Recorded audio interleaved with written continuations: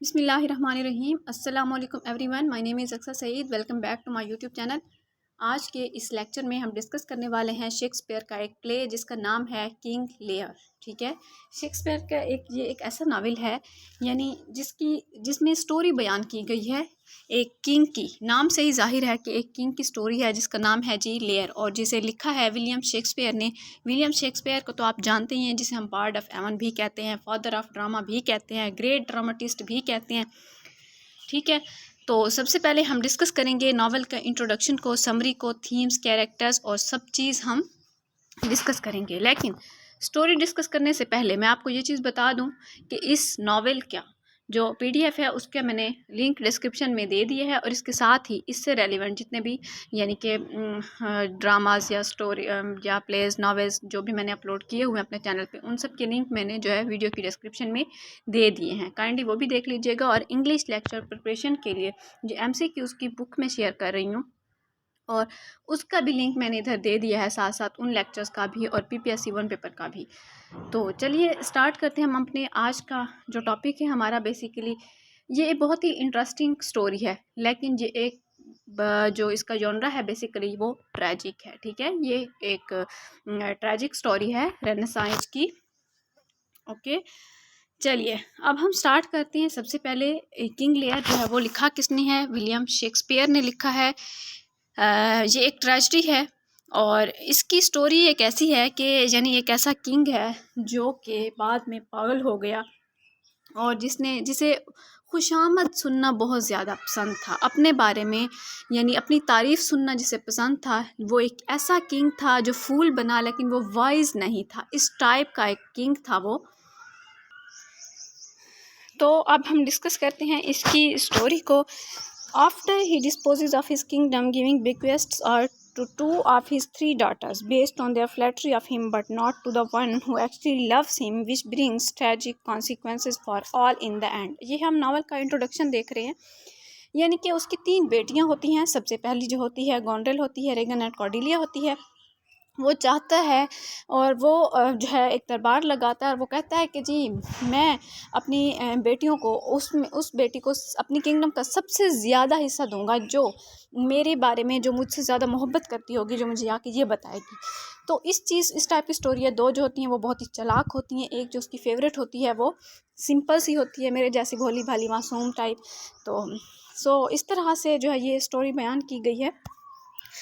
तो उसमें से कुछ फैक्ट्स इधर भी दिखाए गए हैं। यानी 3 डॉटर्स हैं, 2 जो हैं वो झूठी हैं, लायर्स हैं। A king grown old but not wise, यानी अब किंग बूढ़ा हो रहा है लेकिन अभी तक उसमें अक्ल नहीं है। Power is the prize but power shall be damned by lies. ठीक है, ये उसी नावल से कुछ लाइन उठाई गई हैं। Power and lies brings destruction and war, injustice never bring peace to anyone but evil, its tragedy centering on the decline and fall of a dysfunctional royal family। ठीक है, ये एक रॉयल फैमिली की tragedy है, इसमें दिखाया गया है। उसके बाद हम बेसिक थीम्स इसकी डिस्कस कर लेते हैं। तो थीम्स की अगर हम बात करें तो इसमें लव भी है, जो इस लेयर की 2 बेटियां हैं, 3 बेटियां हैं। उसमें से एक जो 3rd बेटी है वो अपने बाप से बहुत मोहब्बत करती है, जो बाकी 2 हैं वो लालची हैं, वो दौलत के लिए हैं, और वो किसी और से भी बहुत मोहब्बत करती हैं, लेकिन वो लालची बहुत ज़्यादा अपने बाप से मोहब्बत नहीं करती। बिट्रेयल है इसमें, धोखा देती हैं वो। रिवेंज है इसमें, किंग बिकॉज एक और पर्सन का भी रोल है जिसका नाम है ग्लोसेस्टर इसमें, और उसके 2 बेटे हैं, एक है लेजिटिमेट और दूसरा है इलेजिटिमेट। लेजिटिमेट जो है वो एडगर है जिसका नाम, और दूसरा इलेजिटिमेट है जो कि एडमन है। वो भी धोखा देती हैं, उनमें भी रिवेंज है। लॉयल्टी है जो कि कॉर्डिलिया की है अपने फादर के साथ, एंड फुलिशनेस है। All things are not as they appear, चीज़ें वैसी नहीं हैं जैसी हमें दिखाई दे रही हैं। Greed and lust for power corrupt human beings and bring their downfall, fate turns humans into playthings. Role of fate है इसमें। Advanced age and wisdom do not go hand to hand, suffering can transform a contemptible human being into a good person. Themes के बाद इसके कुछ motives भी हैं। Motives में अगर देखा जाए तो इसमें सीइंग है, जजिंग है, फ्लैटरी है, किस तरह से उसकी बेटियां फ्लैटरी करती हैं अपने बाप के सामने, उसकी किंगडम लेने के चक्रों में। ब्लाइंडनेस है, वो बाप जो है वो बिल्कुल अंधा हो जाता है, अपनी फ्लैटरी सुनकर खुश हो जाता है, उसे लगता है मेरी बेटियां सच बोल रही हैं। मैडनेस है, एट द एंड वो पागल हो जाता है अपनी छोटी बेटी कॉर्डेलिया की डेथ के बाद। बिट्रेयल है, धोखा है, नेचर एंड ऑर्डर है, एंड एनिमल्स। ठीक है जी। उसके बाद कैरेक्टर्स की अगर बात की जाए तो किंग लेयर जो है वो मेजर कैरेक्टर है, Cordelia, Goneril, Edmund, Edgar, the fool, Albany, France, ये जो हैं वो सारे मेजर कैरेक्टर हैं। उनके बाद माइनर कैरेक्टर की अगर बात की जाए तो रेगन है, ग्लोसेस्टर है, कॉर्नवाल है, ओसवर्ड है, एंड करन है। और मेजर कैरेक्टर में किंग लेयर का कैरेक्टर तो बहुत ही, जैसा कि आपको बता दिया है कि फूल भी है, वॉइस नहीं है वो, और जो है फ्लैटरी सुनना उसे पसंद है, वीक टाइप कैरेक्टर है। कॉर्डेलिया जो है वो सेल्फ लव वो एक्सप्रेस नहीं कर सकती, यानी वो अपने बाप के प्यार जो है उसे एक्सप्रेशन ऑफ थॉट्स उसे करना नहीं आता।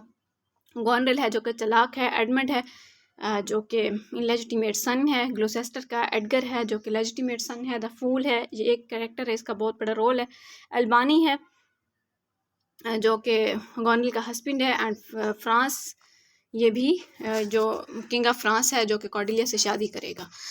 अब हम स्टार्ट करते हैं इसकी डिटेल समरी को। Elderly king Lear decides to divide his kingdom between his 3 daughters, Goneril, Regan and Cordelia. ठीक है, यानी पहली 2, गॉन्ड्रेल बड़ी है, रेगन छोटी है, एंड देन कॉर्डेलिया है। He promises the largest portion of the kingdom to the daughter to who best expresses his affection for him। यानी ये जब दरबार लगाता है, ये बहुत सारे लोगों को इनवाइट करता है, तो उसमें वहाँ पे एक कैंट नाम का जो है बंदा होता है वो भी होता है, और ग्लोसेस्टर भी इनवाइट होता है, और 2 किंग्स भी वहाँ पे इनवाइट होते हैं जिन्होंने शादी करनी होती है लेयर की 2 बेटियों से। तो उनमें जो है किंग ऑफ फ्रांस होता है एक, और किंग ऑफ अल्बानी होता है।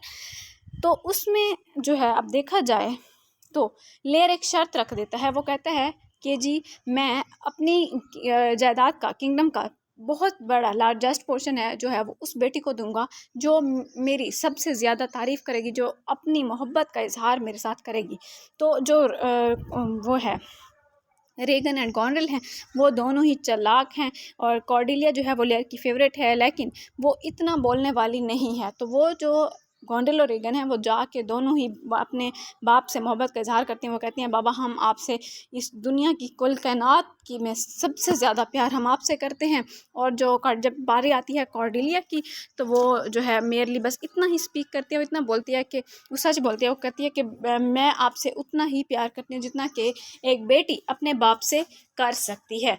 तो लेयर को ये चीज़ ज़्यादा पसंद नहीं आती, और वो अपनी जो जायदाद है वो बड़ी 2 बेटियों को ज़्यादा हिस्सा दे देता है। Cordelia in the court of King Lear यहाँ पे दिखाया गया है। उसके बाद यहाँ पे किंग लेयर बैनिशिंग कॉर्डेलिया, और वो फिर वो बैनिश कर रहा है क्योंकि उसे थोड़ी सी जायदाद का हिस्सा देगा। और कॉर्डेलिया की इस एक्शन से इम्प्रेस होकर जो किंग ऑफ फ्रांस है वो ऑफ़र करता है उससे शादी की, और फिर उससे शादी कर लेता है, and wages war against her sisters, और उसकी सिस्टर्स के खिलाफ वो एक वार चलाता है।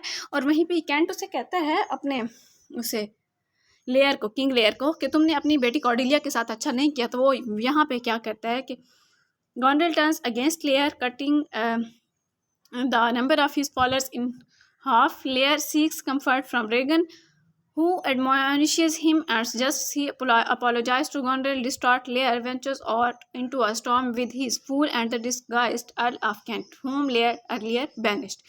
अब ये जो इसकी किंग लेयर की जो 2 बेटियां हैं बड़ी, इनका एक और रोल भी है। जो ग्लोसेस्टर का बेटा एक एडगर है और दूसरा एडमंड है। King Lear and the fool and the storm from act 3rd scene 2nd of the King layer.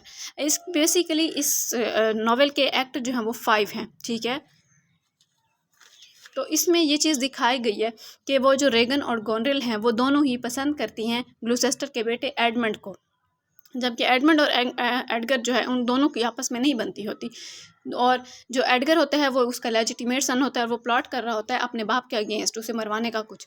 तो जब एडमंड को ये चीज़ पता चलती है तो वो जाके अपने उसी बाप को बताता है। वो कहता है कि जो एडगर है वो तुम्हारे खिलाफ, तुम्हारा बेटा जो है वो कुछ तुम्हारे खिलाफ कर रहा है, और वो कह रहा है कि जी मैं अब इसे अपने बाप को मरवाऊंगा, ये वो करूंगा, क्योंकि उन दोनों की आपस में बनती नहीं है, तो एक दूसरे की मुखालफत करते हैं वो। और इसी तरह से एडमंड को ग्लूसेस्टर जो है वो अपना बेटा यानी पब्लिकली अनाउंस कर देता है, और एडगर को मरवाने के लिए जो है वो कुछ प्लॉट कर लेता है। और इस तरह से जब ये सारा प्लान एडगर को पता चलता है उसके लेजिटिमेट सन को, तो वो यहाँ से चला जाता है, कहीं भाग जाता है, और वो एक झोंपड़ी के अंदर चला जाता है, कहीं किसी जगह कॉटेज बनाता है, अकेला वहाँ पे रहने लग जाता है। अब ये जो लेयर की जो दोनों बेटियां होती हैं, गोंडल और रीगन, ये दोनों पसंद करती हैं किसे, एडमंड को, जो उसका इलेजिटिमेट सन है ग्लूसेस्टर का। तो ये उसे जब पसंद करती हैं तो वो क्योंकि काफ़ी प्यारा होता है इस तरह से, और वो थोड़ा शराबी भी है। एट द एंड क्या होता है, Lear and his companions take refuge with Tom Obedlam, really the Earl of Gloucester's legitimate son Edgar, who has been accused of plotting against his father. Gloucester himself arrives and take Lear to Dover, where Cordelia awaits him with the French army. After Gloucester is blinded, Edgar acts as his guide. तो अब यहाँ पे क्या होता है, क्योंकि अब ये जंग होती है ब्रिटिश की और फ्रांस वालों की एक दूसरे के साथ, तो जो कॉर्डेलिया होती है वो फ्रेंच आर्मी में होती है, तो वो बिकॉज आती है वहाँ पे। And Gloucester's illegitimate son Edmund commands Britain's forces and defeats the French. वो उसका जो इलेजिटिमेट सन एडमंड होता है वो लड़ता है उनके खिलाफ और वो डिफीट कर देता है फ्रेंच को। और वहाँ पे क्या होता है, ही कैप्चर्स कॉर्डेलिया एंड लेयर। अब उससे पहले एक चीज़ मैं और बता दूँ कि जब किंगडम वो अपनी डिवाइड कर देता है तो वो कुछ दिन के लिए रहने जाता है अपनी बेटी गोंडल के पास। पहले उसके पास जब जाता है तो वो 100 नाइट्स लेकर जाता है, तो वो कॉर्डेलिया कोई चीज़ पसंद नहीं आती और वो उसे खाना भी अच्छा नहीं देती, जगह भी अच्छी नहीं देती, ये सब कुछ करती है। तो वो कहती है कि तुम्हारे पास ना अब 100 नाइट्स की जगह तुम 50 नाइट्स कर लो, तुम्हारा ये कोई अब किंग वाला रोल होना नहीं चाहिए, क्योंकि अब दौलत तो हमारे पास आ चुकी है, किंगडम तो हमारी है ना अब, तो लिहाजा तुम्हारे पास ये सब नहीं होना चाहिए। उसके बाद फिर वो वहाँ से डिसहार्ट होकर दूसरी बेटी के पास जाने लगता है, रीगन के पास। तो वहाँ पे भी कॉर्डेलिया जो गोंडल है वो उसे पहले ही फ़ोन करके बता देती है कि जी जो किंग है वो तुम्हारे पास आ रहा है। तो वो आगे से उससे भी ज़्यादा तेज़ निकलती है, वो उसे कहती है कि तुम्हारे पास 100 की जगह ना 25 नाइट्स होने चाहिए, तुम्हारा इन नाइट्स के साथ अब क्या काम, कि तुम अब वारिस को क्यों रखो अपने साथ इन नाइट्स वगैरह को, तुम ये चीज़ छोड़ दो।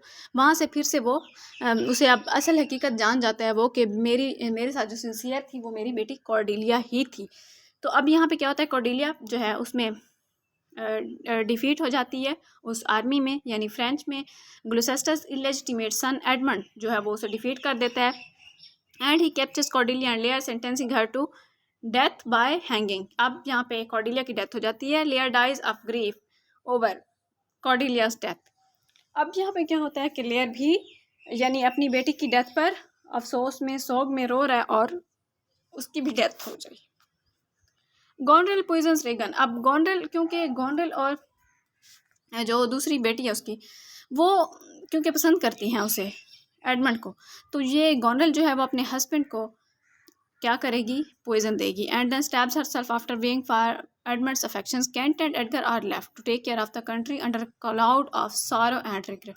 अब गोंडल जो है बेसिकली वो भी अपने हस्बैंड को पॉइजन देगी और जो दूसरी बहन है वो भी यानी कि यही कुछ प्लान कर रही होती है। इससे पहले कि खबर आती है कि जो एडमंड है उसकी डेथ हो गई है, उसने खुद को मार दिया है। तो अब ये दोनों बेटियां आपस में क्या बहनें क्या करती हैं, क्योंकि अब इनके लिए तो कुछ बचा नहीं है जिसके लिए सब कुछ कर रही थी, अब ये भी मर जाती हैं। लेकिन अब पीछे बाद में कौन रह जाता है, केंट, जो कि कॉर्डेलिया के लिए हमेशा कहता था कि जी इससे जो है जिसने सबसे पहले एक्ट लिया था, क्लेयर से कहा था कि तुम्हें अपनी बेटी कॉर्डेलिया के साथ ऐसा नहीं करना चाहिए, उसे किंगडम देनी चाहिए बराबर। एंड एडगर जो कि ग्लूसेस्टर का लेजिटिमेट सन होता है, are left to take care of the country under a cloud of sorrow and regret. और एडगर भी वो कहाँ बाद में इन सब के साथ शामिल हो जाता है, लेयर वगैरह के साथ, वही झोंपड़ी से, लेकिन किसी को पता नहीं होता कि ये वो एक्चुअली एडगर है, क्योंकि वो वहाँ पे अपना नाम चेंज करके किसी और जगह रहने लग जाता है जब यहाँ से छोड़ गया होता है। तो ये थी स्टोरी कि किंग लेयर खुद भी मर गया, उसकी बेटियां भी मर गई, कोई भी नहीं बचा, स्टिल जस्ट कैंटर और एडगर ही बच गए, वो भी सारो और रिग्रेट में, और बाकी भी कुछ नहीं बचा, किंगडम भी सब डिवाइड हो गई, ख़त्म हो गया सब। तो एक ऐसे यानी ये स्टोरी है एक ऐसे बाप की जिसने कभी भी अपनी अफेक्शंस जो है आपकी, जिसने कभी भी ट्रू लव देख नहीं सका अपनी बेटियों को, उसने क्लोजनेस नहीं देखी, कौन किससे कितना क्लोज है। King layer weeping over the dead body of Cordelia. अब एक्ट 3 और एक्ट 4-5 में क्या दिखाया गया है कि रिजल्ट दिखाया गया इनके इम्परफेक्ट रिलेशनशिप्स के, कि किस तरह से यंग जनरेशन जो take advantage of the older generation वो एडवांटेज लेती है, फ़ायदा लेती है। एक्ट 4-5 में कंक्लूड होता है स्ट्रेटजी का repentance of the fathers through suffering and despair, both fathers have open their eyes to the truth of their family affairs. तो ये सब इसमें दिखाया गया है और कंक्लूजन में ये है कि किंग लियर जो ये एक ट्रेजेडी है जिसे विलियम शेक्सपियर ने लिखा, और ये कंसिडर्ड की जाती है one of his greatest dramatic masterpieces. The title character descends into madness after foolishly disposing of his estate between two of his three daughters based on their flattery, bringing tragic consequences for all. जो King Lear की tragedy है वो revolve होती है imperfect relationship के दरमियान के father और child due to misunderstandings and personal greed के सभी अपनी अपनी लालच में पड़ गए। उसे ये था कि मेरी जो फ्लैटरी ज़्यादा अच्छी करेगा मैं उसे किंगडम दूंगा, और बेटियों को जायदाद की पड़ी हुई थी, बाप की मोहब्बत की नहीं थी पहली दो को, और इसी असना में जो तीसरी बेटी होती है उसकी अफेक्शन किसी खातिर में लाई ही नहीं जाती, क्योंकि वो सच बोलती है कि जितना प्यार एक बेटी अपने बाप से करती है वो उतना ही करती है। In Act 1, we see these imperfections when Lear judges the value of his daughters through materialistic words rather than their actual feelings. This is reflected upon Gloucester's family in Act 2 when Gloucester blindly puts his trust in Edmund. वो भी अपना trust Edmund के ऊपर डाल देता है जो कि उसका लेजिटिमेट सन है, without consulting with Edgar to find the truth. और अगर जजमेंट की बात की जाए तो किंग लेयर जो है ये एक रियलिस्टिक ट्रेजेडी है that happened in the history of human kind and probably still happening somewhere. आज भी कहीं ना कहीं ऐसा हो रहा है। ये एक ऐसी ट्रेजेडी है जो कि आंखें खोल देने वाली है। विलियम शेक्सपियर ने इसके थ्रू यानी कि वो चीज़ दिखाने की कोशिश की है जो कि आजकल नज़र नहीं आती। हम जो है इम्परफेक्ट रिलेशनशिप्स के पीछे ट्रू लव नहीं देख सकते, तो ये चीज़ शो कराने की कोशिश की है। This tragedy teaches that lies, blindness and injustice brings suffering and destruction not only for the evil person but also for the innocent and not so wise person. It also teaches that some not so wise person can become good person after suffering by evil person. It teaches us that we should always judge with justice, truth. हमें हमेशा दूसरों को justice के साथ, truth के साथ जज करना चाहिए, ना कि हमें अपीयरेंसेस देख के। We should be wise and understand the true love of a daughter, कि हमें एक बेटी के असल प्यार को देखना चाहिए। ये चीज़ हमें ये ट्रेजेडी सिखाती है। सो गाइज़, आई थिंक कि ये जो नावल है ये आपको, इसकी स्टोरी आपको पसंद आई होगी। अगर वीडियो अच्छी लगे तो लाइक कीजिएगा, चैनल को सब्सक्राइब कीजिएगा, एंड अल्लाह हाफिज़। Thank you so much.